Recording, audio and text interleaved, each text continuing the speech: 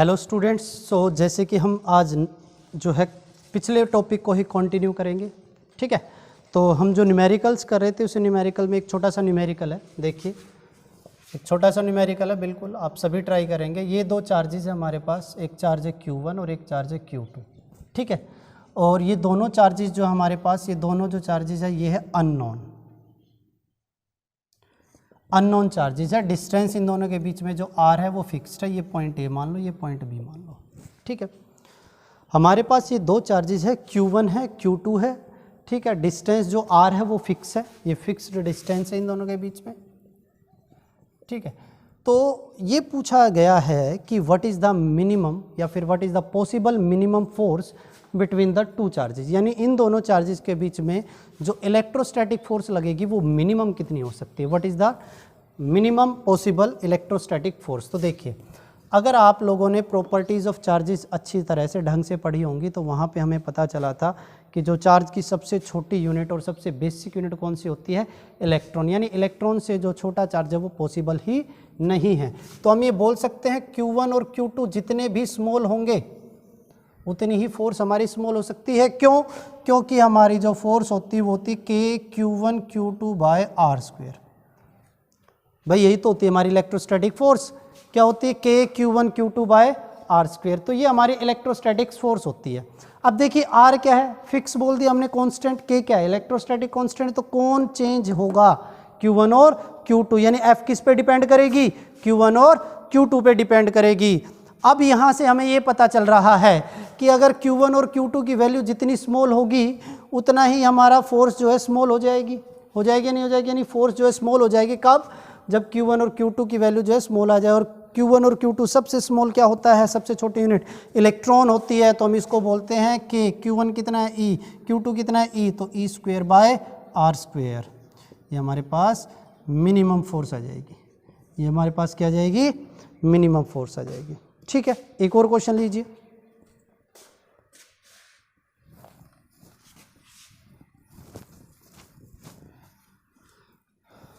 एक और क्वेश्चन लीजिए, आसान सा, बिल्कुल आसान सा। दे देखिए, कि हमने बोला a charge Q,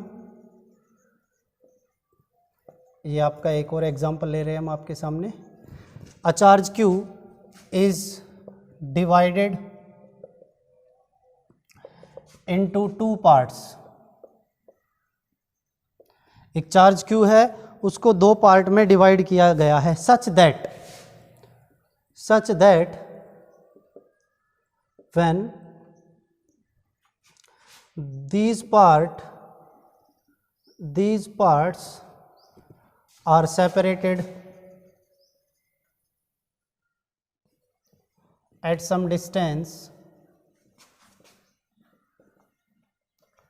the force between them is maximum। यानी इन दो चार्जेस को जब हम कुछ डिस्टेंस पे सेपरेट करते हैं, यानी कुछ एक फिक्स डिस्टेंस पे हम सेपरेट करते हैं, तो इन दोनों के बीच में जो लगने वाली फोर्स है वो हो जाती है maximum. What is the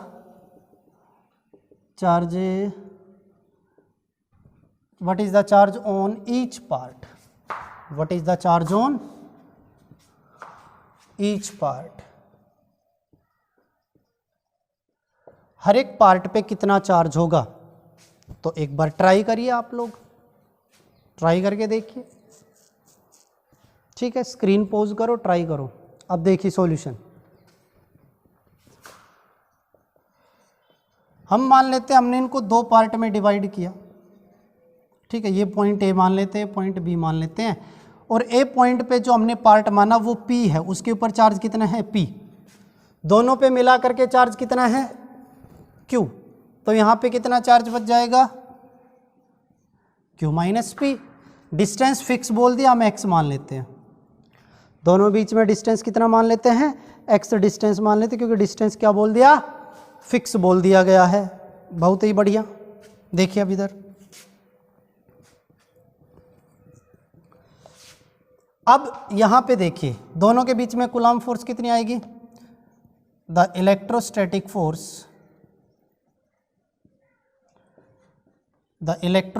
force between the two parts is, क्या रहेगा, दोनों पार्ट के बीच में इलेक्ट्रोस्टैटिक फोर्स कितनी आएगी, F is equal to K Q1 Q2 by are square. Q1 कितना है P, Q2 कितना है Q minus P over R square, बोले तो एक्स स्क्वेयर। आएगा या नहीं आएगा, बिल्कुल आएगा। देखो इसी को मैं ऐसे लिख सकता हूँ K P Q over X square minus K P square over X square. लिखा जा सकता है या नहीं लिखा जा सकता, तो आंसर है बिल्कुल लिखा जा सकता है। एक दो आपने डिफरेंशिएशन में मैक्सिमा की कंडीशन पढ़ी होगी। अगर y फंक्शन है x का, y किसका फंक्शन है, x का, अगर y x का फंक्शन है तो हम बोलेंगे मैक्सिमम ये हो जाएगा कब, जब dy बाई डी एक्स कितना हो जाएगा, 0 हो जाएगा। तो सेम कंडीशन यहाँ पे अप्लाई कर दो, आसान सा क्वेश्चन है बिल्कुल। तो हम बोलते हैं when df by D P is equal to 0 then the force is maximum, set to be maximum. तो अब ध्यान से देखिए, हमने df बाई डी पी क्यों लिखा इसके बारे में जानिए। देखिए x क्या है, कांस्टेंट क्वांटिटी, k क्या है, कांस्टेंट। भाई डिस्टेंस हमने पहले ही क्या बोल दिया, फिक्स है। भाई कुछ डिस्टेंस पे सेपरेट कर दिया, मतलब वो डिस्टेंस तो इन दोनों के बीच में फिक्स रहना है, वो थोड़ी चेंज होगा। अच्छा, सम फिक्स्ड भी लिख सकते हो आप यहाँ पे, सम फिक्स्ड डिस्टेंस, ठीक है ना, एक फिक्स्ड डिस्टेंस पे हम दोनों को सेपरेट कर दिया। अच्छा, अब देखो दोनों पार्ट पे चार्ज कितना है, क्यू, यानी ये भी कांस्टेंट रहेगा। तो यानी वेरिएबल कौन है, पी वेरिएबल, यानी इस पे भी वेरी कर जाएगा और इस पे भी वेरी कर जाएगा। तो हमने बोला एफ किसका फंक्शन है, आप बोलोगे एफ पी का फंक्शन है। एफ किसका फंक्शन है, एफ पी का फंक्शन है।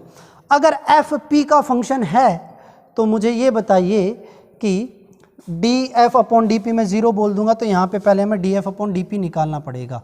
देखिए D F upon D P कैसे निकलेगा, इसमें देखिए बेटे, K constant, X constant, Q constant. अब p है, p का डिफरेंशिएशन 1, तो आंसर क्या आएगा, K Q by X square minus इसका, देखो K constant, X constant, p square का इंटीग्रेशन, पावर आगे आ जाएगी, पावर में से एक माइनस कर देंगे, आ जाएगा 2pk ओवर एक्स स्क्वेयर। अब ये कितना रखना हमने, 0, तभी तो फोर्स मैक्सिमम हो जाएगी। K Q by X square is minus 2pk over X square, है ना। अच्छा, इसको इधर लेके आइए तो ये हो जाएगा K Q by X square is equal to 2pk over X square, यही तो हो जाएगा। एक्स स्क्वेयर से एक्स स्क्वेयर कैंसिल, के से के कैंसिल, तो 2p is equals to Q, p is equals to Q by 2, यानी दोनों जो पार्ट है उस पर कितना चार्ज होगा, यहाँ पे देखिए p कितना आएगा, q बाय 2, तो ये भी कितना आ जाएगा, p की वैल्यू रखेंगे तो ये भी कितना आ जाएगा, q बाय 2। यानी हमें पता चल गया, अगर इस q को हम 2 इक्वल पार्ट में डिवाइड करें, अगर इस q को हम 2 इक्वल पार्ट में डिवाइड करें तो फोर्स जो इनके बीच में मैक्सिमम आएगी। क्लियर, अच्छा ठीक है, इसको उतारिए, स्क्रीन पोज करके उतारिए। एक नेक्स्ट क्वेश्चन करते हैं, एक और आसान सा क्वेश्चन देखिए इधर।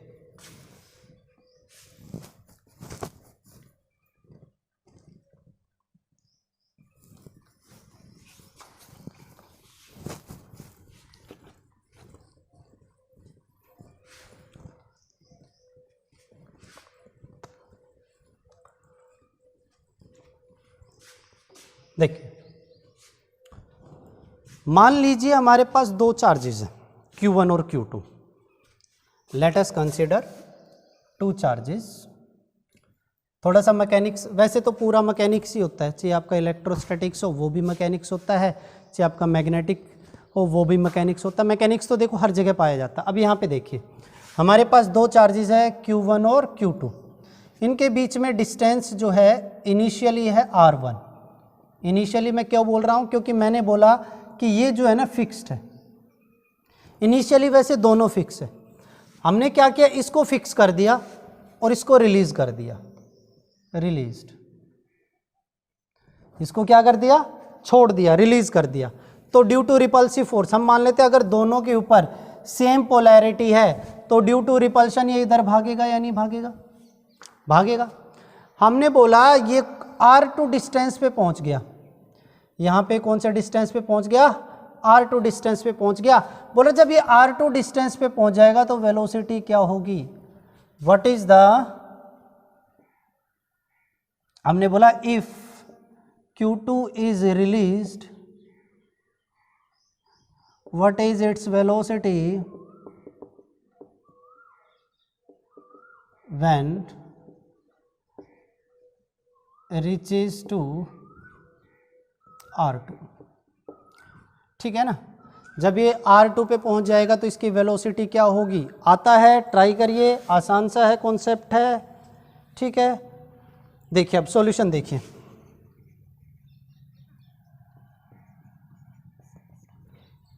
सॉल्यूशन देखिए भाई इसका। अगर ये हम इनिशियल बात करें, इनिशियली तो दोनों की पोजीशन कितनी थी, इसकी पोजीशन कितनी थी यहाँ से R1 और इसकी पोजीशन यहाँ से कितनी थी, R1 थी। हमने Q2 को रिलीज़ किया, किसको रिलीज़ किया, Q2 को रिलीज़ किया। जैसे ही हमने Q2 को रिलीज़ किया, ठीक है, तो इसके ऊपर इस साइड पे एक फोर्स लगी, रिपल्सिव फोर्स, उसके कारण देखो इनिशियली रेस्ट पे था, वेलोसिटी थी 0, है ना। जैसे ही हमने इसको रिलीज़ किया तो इसकी वेलोसिटी क्या होती चली जाएगी, इंक्रीज होती चली जाएगी। हम मान लेते हैं कि Q2 किसी भी टाइम पे इस R पोजीशन पे पहुंचा, यहाँ से ये जो है ना R पोजीशन पे पहुंच गया, ठीक है। सॉल्यूशन में हमने लिखा कि at any time let Q2 reaches at R। हमने बोला किसी भी टाइम पे Q2 जो है R पोजीशन पे पहुंच गया तो इस R पोजीशन के ऊपर इसकी इलेक्ट्रोस्टैटिक फोर्स कितनी रहेगी, the electrostatic force between Q1 and Q2 कितनी रहेगी R पोजीशन पे। तो आप कितनी निकालोगे, के Q1 Q2 over R square. ध्यान से सुनना भाई, देखो ध्यान से सुनना भाई, मैंने ये बोला कि के Q1 Q2 bye R square, इसके ऊपर किसी भी इंस्टेंट पे यानी R पोजीशन पे इसके ऊपर ये फोर्स आई, ठीक है। अब एक बात बताइए, के क्या है कांस्टेंट, Q1 क्या है कांस्टेंट, Q2 क्या है कांस्टेंट, यानी चेंज कौन हो रहा है, R, यानी F किसका फंक्शन है, R का फंक्शन है। जैसे जैसे R चेंज होता जाएगा F चेंज होता जाएगा। अब अगर मैं इन दोनों चार्जेस का मास जो है मैं m कंसीडर कर लूँ तो आप ये बोल सकते हो M A is equal to K Q1 Q2 over R square, ये बोला जा सकता है, बिल्कुल बोला जा सकता है। तो आप बोल दोगे एक्सेलरेशन जो है इस पोजीशन पे, इसका एक्सेलरेशन कितना आ जाएगा, K Q1 Q2 by M R square. भाई मान लेते हैं इसका मास m, इसका मास m, ठीक है। तो फोर्स कितनी लगेगी, इतनी लगेगी, ठीक है। अच्छा, एक्सेलरेशन को कैसे लिखा जा सकता, how to write the acceleration. देखो एक्सेलरेशन को क्या आपने ये पढ़ा हुआ है, v into D V by D R, v into D V by D R, क्या ये पढ़ा हुआ है, क्या ये एक्सेलरेशन को हम ऐसे लिख सकते हैं, v into D V by D R. Acceleration को देखिए ऐसे लिखा जा सकता है, बिल्कुल आप लिख सकते हो v into D V by D R. तो ये क्या आ जाएगा, K Q1 Q2 by M R square, आ जाएगा नहीं आ जाएगा, बिल्कुल आ जाएगा, क्लियर है। अच्छा अब इसको देखिए ध्यान से, क्रॉस मल्टीप्लाई करो, इसको इधर लेके जाओ, v into D V is equal to क्या हो जाएगा, K Q1 Q2 over M R square into D R. ये हो गया नहीं हो गया, है ना। अब देखो इसको इक्वेशन 1 मानो और इसको देखिए, हमने बोला when R is equal to R1, जब ये पोजीशन R1 थी देन वेलोसिटी कितनी थी, 0 थी या नहीं थी। अच्छा, हमने बोला when R is equal to R2, जब R जो है चेंज होकर के R2 हो गया तब हमारे पास वेलोसिटी हम मान लेते हैं v थी। अब यहाँ पे इस पोजीशन पे वेलोसिटी जो है v मान ली, तो इसको 1 को इंटीग्रेट करो विद लिमिट्स, 1 को इंटीग्रेट करो विद लिमिट्स, ये उतार लेना पॉज करके, देखिए इसको, तो क्या आ जाएगा, v into D V is equal to क्या आ जाएगा, K Q1 Q2 over R square integration into D R. अच्छा, हमने बोला जब इसकी पोजीशन R1 थी वेलोसिटी थी 0, जब इसकी पोजीशन R2 थी तो वेलोसिटी कितनी थी v, है ना। अब v का इंटीग्रेशन बोलो v²/2, है ना।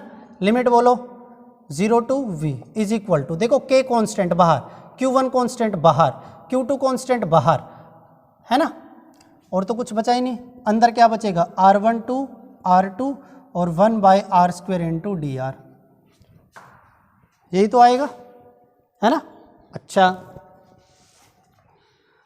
अब देखिए 1/r² का इंटीग्रेशन देखिए एक बार ध्यान से, इसको मैं ऐसे लिख सकता हूँ r⁻⁻2 और इसका इंटीग्रेशन, इसको इस तरह से लिखा जा सकता है ना। तो आगे देखिए इसी को हम ऐसे लिख सकते हैं, इंटीग्रेशन जब इसका करेंगे हम इंटीग्रेशन कैसे करते हैं, पावर में एक ऐड करो और टोटल पावर नीचे लिख दो, ये तो आएगा। तो ये क्या हो जाएगा r⁻⁻1 ओवर -1, और इसको कैसे लिख सकते हैं -1/r। तो इसका इंटीग्रेशन क्या हो जाएगा, देखो यहाँ पे v²/2 0 से v is equal to k q1 q2, इसका integration -1/r r12 r2। Limit रखेंगे upper limit minus lower limit, limit कैसे रखते हैं upper limit minus lower limit, तो हो जाएगा v²/2 -0 is equal to k q1 q2। अब यहाँ पे देखिए ध्यान से, यहाँ पे आ जाएगा -1/r2 माइनस लोअर लिमिट लगाएंगे -1/r1, ठीक है। इसको आगे सोल्व करेंगे तो क्या आ जाएगा आपके पास v²/2 is equal to k q1 q2, अरे m कहाँ गया, m, ये m, ठीक है, यहाँ पे m,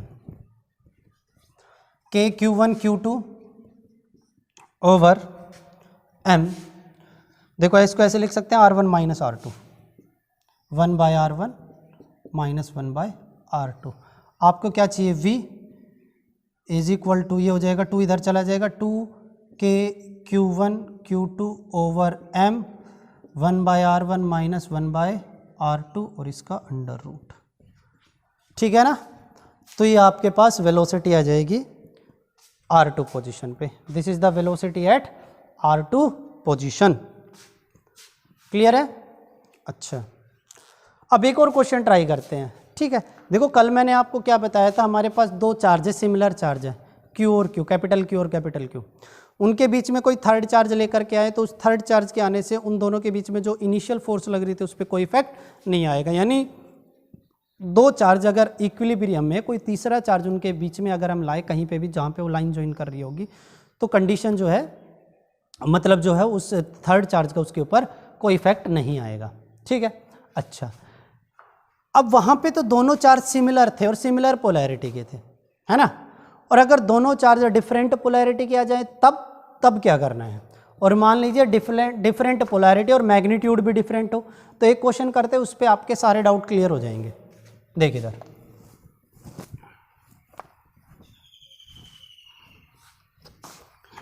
एक क्वेश्चन करेंगे उसमें आपके सारे डाउट क्लियर, देखिए इधर ध्यान से, फिर से सुनिए एक बार अच्छी तरह। भाई हमने बोला ये दो चार्जेस हैं, एक है Q और एक है -16Q, एक है +Q और एक है -16Q, दोनों के बीच में डिस्टेंस R, दोनों के बीच में डिस्टेंस कितना है R। हमने बोला कि where is the third charge be placed on the line joining the two charges such that the third charge remain in equilibrium, यानी जो फोर्स है ना सिस्टम पे वो इक्विलिब्रियम में रहे। भाई इस जो हम मान लीजिए Q चार्ज है वो हमने इस लाइन जॉइन पे कहीं पे भी लेके आना है, वह ये यहाँ पे आए चाहे यहाँ पे आए, इस थर्ड चार्ज को हमने लेके आना है। और कंडीशन क्या है, थर्ड चार्ज इक्विलिब्रियम में रहे, यानी आप बोल सकते हो हमारा सिस्टम इक्विलिब्रियम में रहे, है ना। अब देखिए मान लीजिए पिछला जो हमने कॉन्सेप्ट पढ़ा था, आपने बोला था कि सर यहाँ इन दोनों के कहीं बीच में कहीं पे भी रख दो, ठीक है ना, कंडीशन इक्विलिब्रियम में आ रही थी। अब बेटे यहाँ पे ध्यान से देखिए, ये Q हमने यहाँ पे रख दिया, ये Q हमने यहाँ पे रख दिया, जैसे हमने Q यहाँ पे रखा तो इस पे देखिए ध्यान से, ये कैस किधर अट्रैक्ट करेगा इसको, इधर, और ये इसको किधर रिपेल करेगा, इधर।